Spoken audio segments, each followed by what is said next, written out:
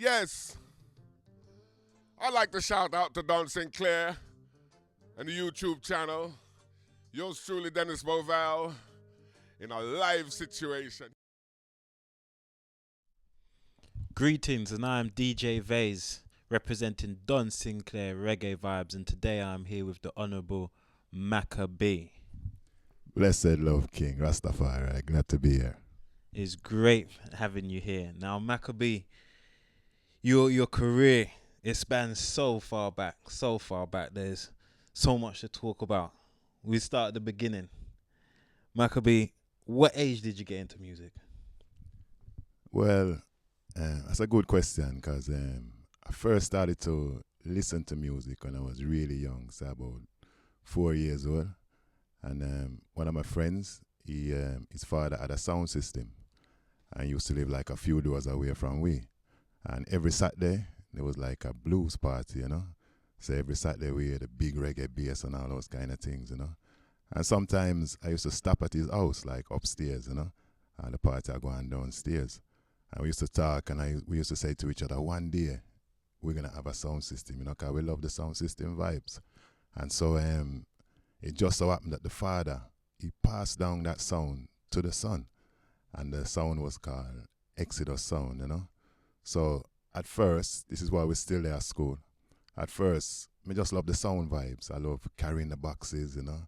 I love spending all my pocket money on records, you know. I love being in the record shop. It's just the sound vibes, you know. But at home, I was like a secret DJ, you know. But I was kind of shy, you know. So I used to like copy the greats like Uri and Iri and Big Youth, you know, and just impersonate them and pirate them lyrics. But just at home, you know. And it just so happened one day we had a dance in the youth club and we string up the sound and everybody said, oh, we're going to get something to eat. So then go get something to eat and he just left me with the sound. So I say, all right, let me test out some of my lyrics on the sound because nobody's here. But I didn't know that they hadn't left yet, you know. So they hear me on the microphone and them turn back and say, what? We didn't know you could chat on the microphone, you know. So from then they said I had to keep chatting. And at first I was still pirating, but then I decided to make up a lyrics of myself, you know. And the reaction I got from that lyrics, it was so great. The people went crazy because they could identify it, you know. So from then I just started to write my own lyrics and done with the pirate thing. So it's from school we really get into the DJ thing. So what age did you start writing your own lyrics? I was about 16 still. Yeah. Around what years was this? This was like in 76, around that time, you know. Yeah, because we are 70s sound man, you know, so from the 70s, it's a great era, you know, for sound system and even for reggae music on our world, you know. Some of the greatest music ever come out in the 70s, you know, so we're privileged to be part of that sound system vibes, you know. So from working on Exodus, did you continue with Exodus or did you then take your own path? Yeah, we kind of continued Exodus for a bit. And we also went on to a song like Skippy and Lippy in Wolverhampton as well. And also a song from Birmingham called Wasifa. They came to one of the dances and hear me chat and them say, yes, them like how me chat and they wouldn't mind if I chat on their sound as well. So I decided to chat on Wasifa sound as well and started to go right Birmingham and start the shows in London and it was kind of chatting on Wasifa sound that kind of led me to my first recording, you know, because we had a dance in Leicester. This is in like 1983, a long time ago, you know. We had a dance in Leicester against Saxon, you know, the great Saxon with the great DJs. Of course. Yeah, Tipper, and the great Tipper, and the great Papa Levi, and the great Smiley, Rest in Power, and Asha Senator, and all of them, you know. And it was just me and somebody else on the Wasifa sound. So we started draw some lyrics, and the reaction we get from the people, it was great. It kind of, everybody said, boy, Wasifa take the dance, you know. And a tape of the dance, it got circulating, you know, and it went to John and Chris at Dub Vendor. And they heard the tape and them sent a message and said, boy, Macka B, we want you to do some tune. So that's how I got to do my first kind of re-release. It was Bible Reader on Fashion Records. Okay, that's brilliant. And did that spawn into your first album or did you continue on the sound system vibes after that? No, it never really. That was just like a 45, you know. But at the same time, I was also doing other things because I won a competition in Wolverhampton, a DJ competition, and in the competition was people like Pato Banton, great Pato Banton, you know, and Rankin and from London as well, you know. But me win the competition, and one of the prizes for the competition was to go onto the radio. So I went on radio WM and draw some lyrics, and the people then love it. People are phoning like mad, you know. So popularity started to spread. And then some people from BBC, Bristol, them hear one of the shows, and them say, oh, them have a new program called Ebony coming on the TV. And they wouldn't mind if I come on like every week to just talk a lyrics, you know, pertaining to the black community, you know. So that's what I did, you know. And Matt Professor at Ariwa, he saw one of these programs and he sent a message with a singer, and he says he wouldn't mind me link up. So we go down to Matt Professor studio and listen some of him rhythms. And I like the rhythms, and I talk some of my lyrics, and he liked the lyrics. So then we got together, and that was the first album called Sign of the Times on Ariwa label. Okay, and what year did you release your first album? That was 86. Okay, so what would you say your motivation for your first album was? Was it the sound system, or was it what was happening at the time due to the name? Yeah, it was happening at the time, you know. It's a sign of the times, you know. Yeah. And as you see, I'm a Ras, you know. So that is my foundation, you know, and consciousness and conscious lyrics, you know. So on the first album, there was some humor because I'm a DJ who I find that sometimes when you put a little bit of humor within the lyrics, it breaks down some of the barriers, you know. Because some people, there's some serious lyrics me talk, really serious, you know. But you just inject a little bit of humor and the fence comes down, you know. And some people just start to listen to it a little bit more and take it in, you know, instead of putting up a barrier, you know. So there was things like Wet Look Crazy, you know, because it was an epidemic at the time, you know. Yeah. And it was a big tune, you know, and there's things like Invasion, all Europeans, you know, all these kind of tunes, and we don't want no plastic bullets and all those kind of things, you know. So it was kind of, I wouldn't say political, because I just deal with life, you know. So the real inspiration for it was life, you know. Okay. So when you released your first album, did you still continue on sound systems, or did you say, I'm going to make the switch to recording artists? I was still on sound, and I was doing live work as well, because even from in the late 70s, I worked with a band in Wolverhampton as well, and they had singers and I was the DJ, you know, band called Pre-Wax, you know. So Wolverhampton has a good history of bands, you know, like Capital Letters and all these kind of bands. So a lot of bands was in Wolverhampton. So I was used to the live work as well, you know. And after the first album, we got like work in like Europe and America and Australia, and it was with the bands, you know. But at the same time, I never left out the sound, so I was still doing dances with Wasifa and things. So it was live, and it was the band at the same time. How do you think this helped your style grow? Having the sound system background, the live background, then recording an album at the time, and then touring internationally, you going to America and so on and such places. How do you think that evolved your style over the time period, seeing different things compared to other artists at the time? Yeah, man, 'cause to me, the sound thing is like your apprenticeship, you know. 'Cause to be able to be in a dance, in those times, you have to be in a dance and entertain the people all night. You know, one DJ have to entertain the people all night. And we were like the news readers, you know, anything was happening in the community and internationally. We make lyrics out of it, you know. So the people them used to love it, but it kept us in good stead, like even in the future, you know, 'cause even now, we can like, even when the music is playing, we can stop the music and just draw lyrics, you know, just mash up the place with lyrics alone, you know. It's like a lot of DJs nowadays, it's like they're just studio DJs, you know. They miss that apprenticeship on the sound, you know, working the sound and being in contact with the people and all those kind of things, which is very important, you know. So I would love if some of the younger DJs even went back to the sound vibes a little bit sometimes, you know. And I think it would enhance their art, you know. So the live thing, the studio thing, and the recording thing, it all helped to evolve into Macka B. That's why I'm kind of like original, you know, because I am who I am, you know. That's it. That's it. Are you still working with sound systems at the moment? Yeah, man, I still do one or two things with the sound, you know. It's like it's mostly live now, cause when you do like big festivals and thing, you know, it's like the live thing, you know. And with the live thing, you got a lot of ability, and you got a lot of power with it, you know. You can take down the music more. You can say bass alone. You can say mix your soul, you know, and all those kind of things, you know. So me love the live thing, you know, cause me used to it. But you can never forget the sound thing, you know. And even from on the new album, there's things like a track called Sound Man, 70s Sound Man, where I'm explaining about the 70s sound and where I've come from and where I am now. Okay, brilliant. Sounds good. How many studio albums do you have to tell the public? Boy, my last count, you know, is about 20 something. But the thing is, some of them are compilations, you see.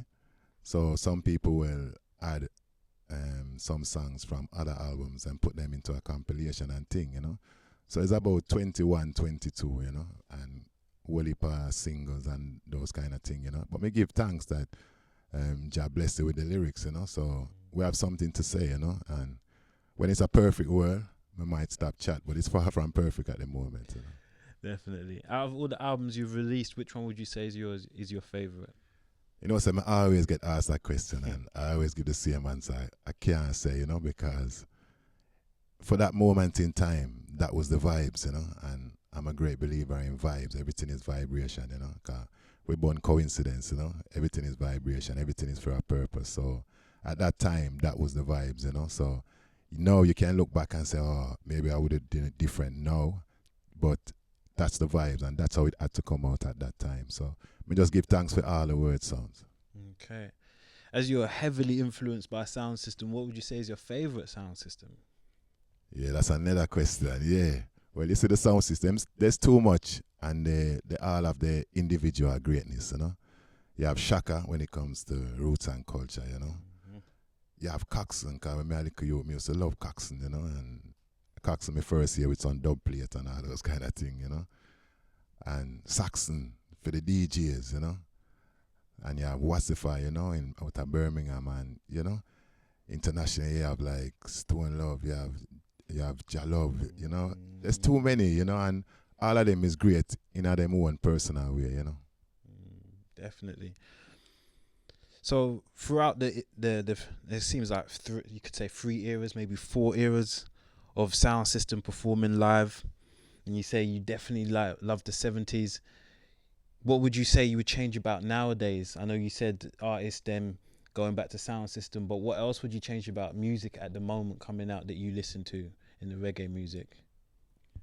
Well, we give thanks like for the so-called new roots, you know. We give thanks for the Chronics and the Ibamars and the Proteges and Jesse Royals and all those, you know. Because they're bringing it back to where it was, you know. Because a lot of it now, it's too manufactured, you know. It's like when we talk, it's like it's from the art, you know. It's like too many people are making music to what they think people want to hear, you know, instead of what people need to hear, you know. Because reggae music, it's always been a music for the people. It's a message, people. It's all right to have fun, but you can't just have fun all the time, you know. You have to edify your mind, you know. So I just want more of the music to be like edutainment and educating the people in the right and proper way, because especially with the youths, you know, it's like a whole heap of negativity is being thrust onto the youths, you know. So they need the positive to really take themselves out of a certain situation, you know. So that's where music like reggae music is really powerful, you know. Okay, and you said you have a new album coming out. What is your new album called? Yeah, the new album is called You Never Played a 45. It's like the beauty of vinyl, you know. Cause as me say from the sound days, me love vinyl, you know. I used to stand up in the record shop, you know, buy a whole album just for one tune and take it to home, you know, and, you know, you listen to the whole album. It's different to now, you know, cause music is just like come and go, you know. They listen to 10 seconds of the tune, but we used to spend money and buy the tune, so you have to listen to it keenly, you know, and even the feel of the vinyl, even the sound of it, you know, even the little hiss and everything, you know. So like Never Played a 45 like a ode to vinyl, you know. So it's on the Peckins label and it's distributed by VPAL, you know, and there's a whole heap of tracks on it. There's tracks like Medical, Marijuana Card, you know, and there's tracks like Rasta Tell Them, you know, and they're all on the foundation rhythms. Cause if you know Peckins style, it's all on the foundation like Studio One, Treasure Isle, them kind of rhythms, you know. So I'm talking on the rhythms that I used to talk on in the 70s, you know, and it feel good, you know. How does that work for you in comparison to new rhythms when you're speaking conscious lyrics and you want to get your message across, working on the old rhythms in comparison to the new rhythms? Yeah, it's all good because it's a different vibration, you know, and some of the new rhythms will reach different people, you know. The old rhythms will touch different people in a different way, but the new rhythms, it's good to have new rhythms and new creativity, you know, and the message is the most important thing, you know, because you can't even have like dancehall thing, but the message on it, you know, you can put a good message on it, as some people like Capleton and Sizzler, them sure say you can put a good message on the dance hall and you can dance at the same time, you know. So it's all about the message. When is your new album released? Yeah, it'll come the 9th of October. Yeah, worldwide distribution. Also as well, what was your favourite album by another artist? Yeah, that's the favorite thing again, ain't it? Yeah. I have too much. I have some albums where I don't stop playing. I could play them every single day for the rest of my life. That's like Abyssinian Sata Masagana album, you know, some Ijaman albums, you know, even like Johnny Osborne, Truth and Rise Up. You can just play them and you never get sick of them, you know. So a whole heap of album. If you ever come at my yard, I've got a whole heap of records in the garage and everything. I just love music, you know. So me just anybody who give a good message and like a nice melody and a good beat, me did it with them, you know. See. What artists do you like and would you like to work with, and why? Yeah, I like enough of the artists them still. I like Tony Rebel, you know. Tony Rebel's a good artist, and I work with Tony Rebel enough too, you know, because his lyrical content is great, you know. And like, you have the debate in Jamaica who is the best lyricist, you know. Them like them say, is it Cartel, is it Idonia, is it. But they don't mention Tony Rebel, and Tony Rebel is really great if you listen to him lyrical content, you know. And some of the people like Cartel, they give credence to Tony Rebel and them kind of thing, you know, cause intelligent lyrics, you know, and a man like Papa San, you know, and all them man, them have some really good lyrics and thing, you know. But like, I work with all of the conscious man, them, you know. Like, I work with Lucian and I work with enough of them and them, you know. And as I say, from here I bring a conscious message, you know, we can work with, you know, because unity is strength, you know, so the more the better, you know. Where was the last event you played at? The last event was, I was last weekend in Belgium, a Clare Festival with me and General Levy, which was a nice thing, you know, big up General. Yeah. Nice show still, you know. And how was the crowd? Yeah, man, nice crowd still. Yeah. Yeah, man, nice thing. We play all over the place, you know, like we play regular, you know. The other day was in Rotterdam Festival. We was headlining the Friday night, you know. And Rotterdam Festival is a big festival, you know, like 200,000 people over the week, you know, 30,000 people every day. It's like a 7-day festival, isn't it? Yeah, man. Full days, yeah. I was there with Lee Perry and some others, you know, and we really full giants, you know. It was good still. I believe that's like 10 to 20,000 people there. Per day. Yeah, that's a very big event. That's great. What has been the best moment that you can recall when you're performing in front of a crowd? I wouldn't say I have a best moment, but I've got a lot of good moments, you know, like performing in front of Mandela in National Stadium in Jamaica was a nice one, you know, because I have a tune Proud of Mandela, which was very popular in Jamaica, you know. Doing Reggae Sunsplash in Jamaica was nice because the reaction you get being a African Jamaican born in the UK and picking up the DJ thing and going to Jamaica and be accepted by Jamaica, you know, it's a great thing, you know. And also being called on stage by a man like Burning Spear, one of my idols, you know. When we were a little youth in the 70s, buying these people records, we never think say one day them same man would call you on the stage and say, Macka B, come in. You know, it's like a dream. You know, it's like, Was that Sunsplash? no, Burning that was Spear in called you? Austria. That was in Austria. And Okay. Burning Spear and call up me and then call up Daddy Rai, you know. Okay. Yeah, and even people like Daddy Rai getting to meet Daddy Rai and even, you know, flexing with Daddy Rai and giving him 6 loving domino and all that kind of thing, you know. It's a nice vibes, you know. Yeah. 'Cause you never think you'd even get to know those, man, you know. So the greatest thing is when you get to know them and you find that them vibes is good, you know. So it's great, you know. Which Sunsplash did you play at in Jamaica? It was 91 and 92. Okay. Yeah, man, it was good still. And we do like Rebel Salutes, and even next year we'll do Rebel Salutes again. You know, Tony so. Rebel again. Yeah, man, yeah, man, yeah, man. That's it. Name 3 artists you'd like to be compared to. Compared. You see, these on the spot questions, mad, you know. Yeah. Tony Rebel in Jamaica, you know, because I'm a virgin and the lyrical content, you know. And I would say Burning Spear, you know. I even maybe Peter Tosh for the militancy, you know. Yeah. Not say that I'm comparable to them, but some of the vibes where I have, you know. I would say them have the same kind of vibration, you know. Professionally and musically, what would you say is your goal going forward? We just give thanks, you know. We don't really make plans, you know. We just make the vibration and the Almighty guide us, you know, in the right way. And we give thanks that Jah never fail I yet, you know, and we keep on doing what we're doing. And people that say, boy, they might hear me new tune and say, boy, Macka, you get hotter and hotter, you know. Like, them say it's like a fine wine, but me not drink, so me I say, boy, you know. But it's all good, you know. We give thanks, we're still here, you know. We're still keeping fit, we eat good, you know. We keep we temple clean, you know. We try not think bad thoughts. We try and uplift the youths them, you know.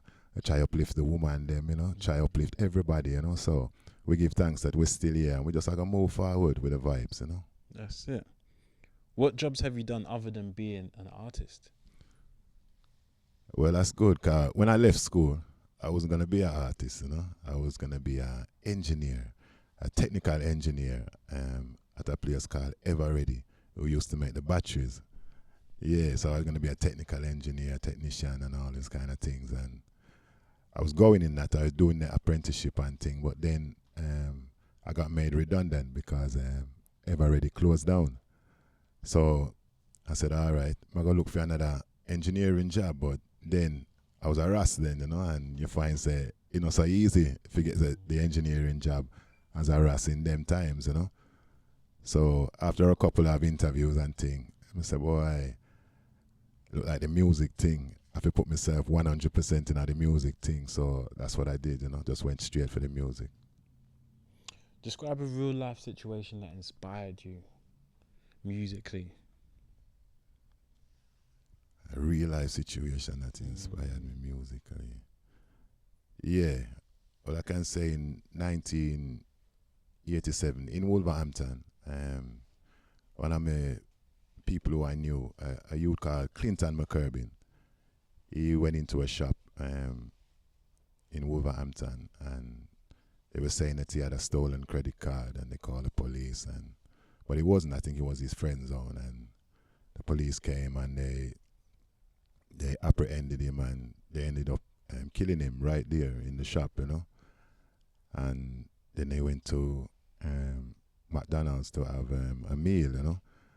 So that inspired me to do 2 tracks, you know. One in 87, We've Had Enough of Police Brutality, you know, which was on the second album. And it was also the title track of the second album, We've Had Enough. And also, me no want a Big Mac because, me I say, at the time, a lot of Jamaicans were going into McDonald's, you know.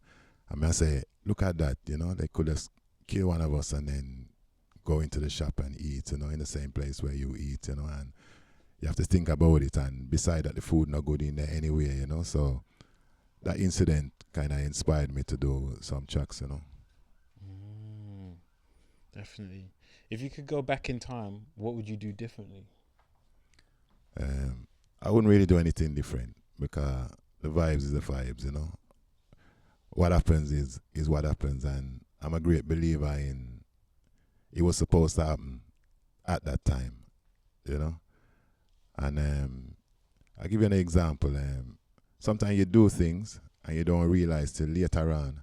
So that's the reason why you do it. For instance, my name Macka B, right? So when I was young, looking for a DJ name, because my name Mac something, and everybody called me Macka. And through with citing up Rastafari and reading the Bible, and we cite up the Maccabean Bible. Someone say, yeah. So I read about the Maccabees and say, yeah, they're holy warriors and thing fighting against the Greeks and the Romans and thing. And me, I'm militant with my lyrics. So I say, yeah, man, Macka B, you know.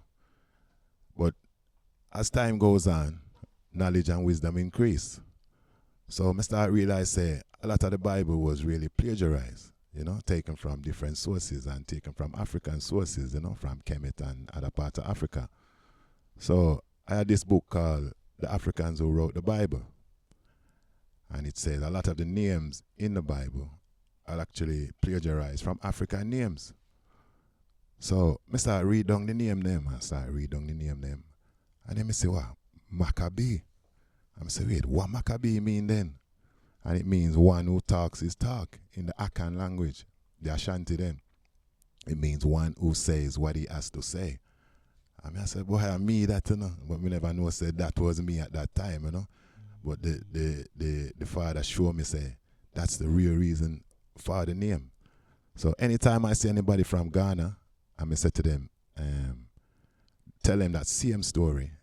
Them think for a minute and they go, oh yeah, Macka B.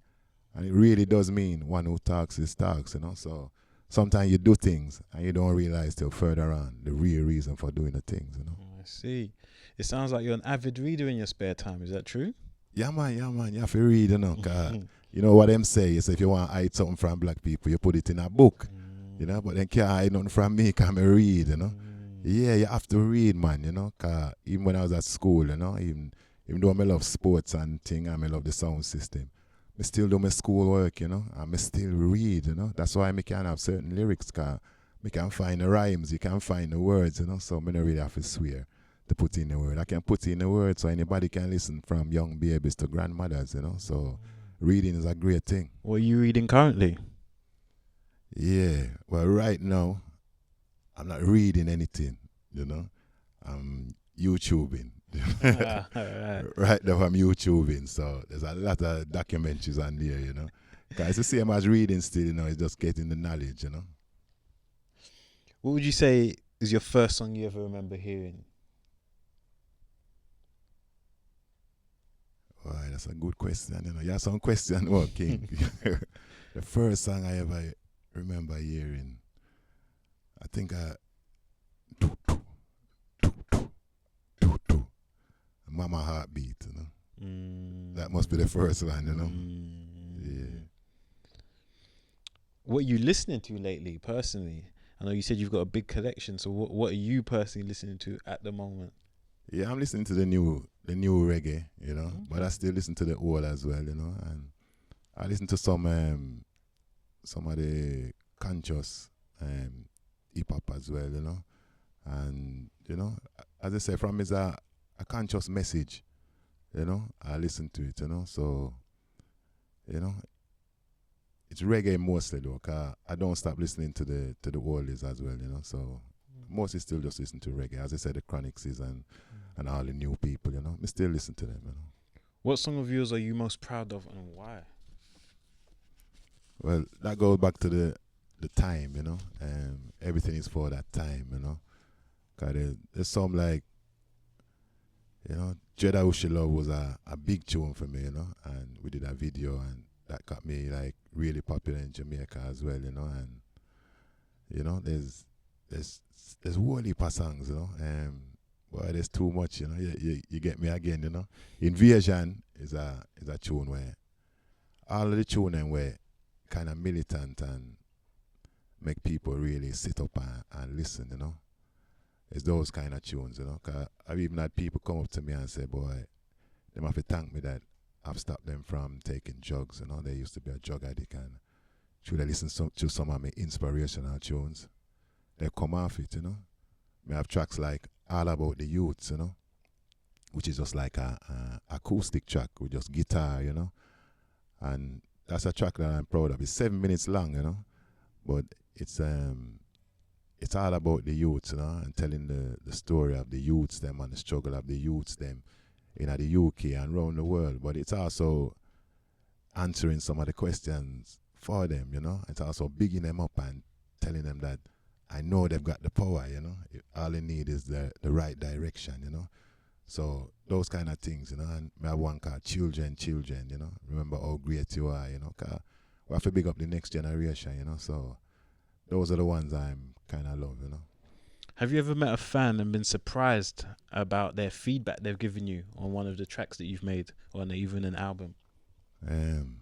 Not so much about the feedback, but I keep getting fans coming and saying, they say, Macka B, I was listening to you when I was 12 years old, and they're saying how much their music touched me and those kind of things. But when I look at them, some of them look older than me.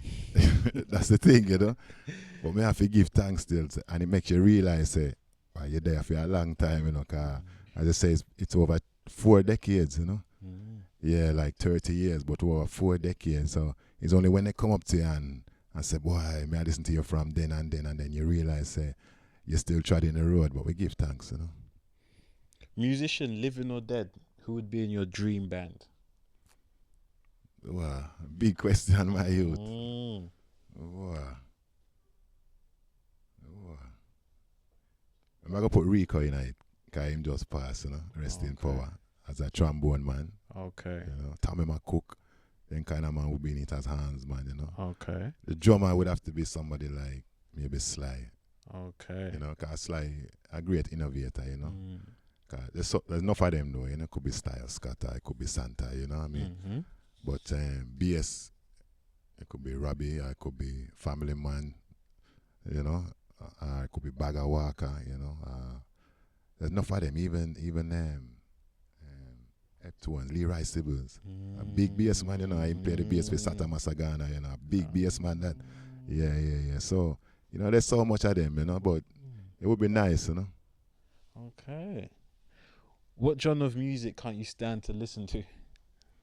Probably heavy metal, when they must scream, the screaming one, 'cause sometimes we do festivals and there's, it's not just reggae, it's all genres, And sometimes you see them a sound check, and they must scream and you say, boy, that's some satanic thing that, and you can't wait to go back to your room and everything there, So, me listen to rock sometime, because you have some good rock music, me can't say no, But them one day where they must scream and they must shout out for Satan and those kind of things, me just put that one side, Fair enough. If you could dabble in any other genre of music, what would it be?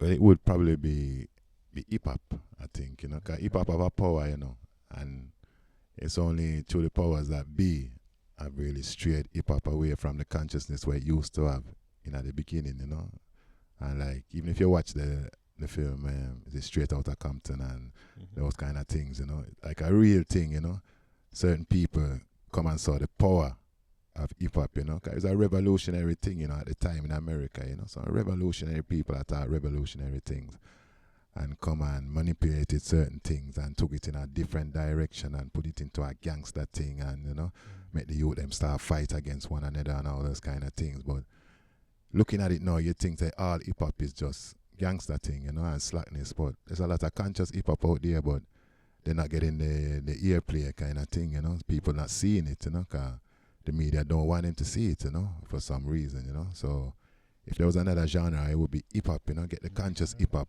for the American, and because it's a powerful music, Who inspires you hip hop wise? Well, I used to love like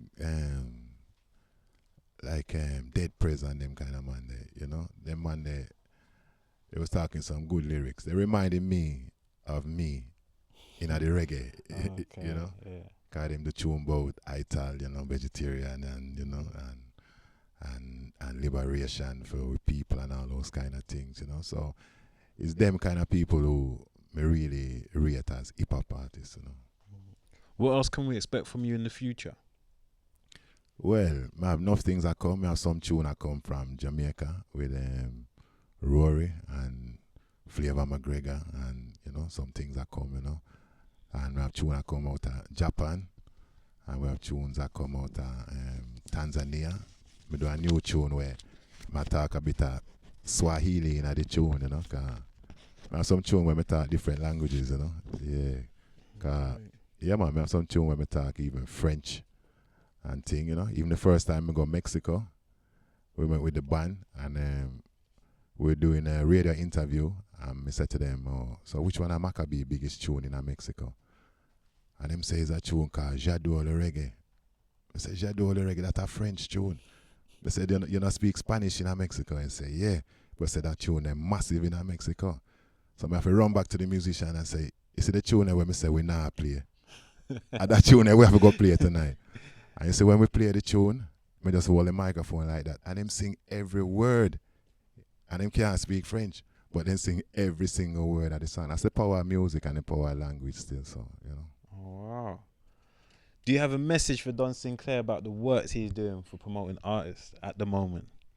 Yeah, man. Big up yourself, Don Sinclair. We need more people like the eye, Really promote the artists, them, UK artists, Because you feel sometimes when you travel, you see artists from other countries, you see they are embraced a lot by that country, If you go to France, the French artists, they're massive, and the French people, them follow them hard. Same like Jamaica, Spain, Italy, all, But in the UK sometimes, I have to give thanks because I get enough play up on the radio and them thing there, But I know there's a lot of UK artists who are very good artists, but them now get the bus, And we give thanks for man like Dan Sinclair who are bigging up the UK artists, and bigging up the sound thing, and keeping it on a level and doing it at a professional level, 'cause a professional setup and it look good, So keep up the works, Dan. You hear? Is there anything you'd like to say before we exit? Yeah, man. Just tell the people and tell the youth them to kind of listen to the elders, It's not all about yourself, 'Cause even we listen to the elders, and the wise minds, People who've been through it already, and I don't want the youth them to think that they are their enemy, Because if you ask a lot of the youth them, who is the person you hate the most? That person will look exactly like them, Walk like them, talk like them, like the same kind of girl as them, drive the same kind of car as them, because really it is them. And they've been taught to hate themselves, So we have to wise up and watch the Babylon system, And look within yourself and look who you really are, to really make it a better place for you and Rastafari. Blessed. I'm DJ Vase, representing for Don Sinclair Reggae Vibes. And today I was with the Honourable Macka B. Thank you, Macka B. Blessed love. Aye, aye.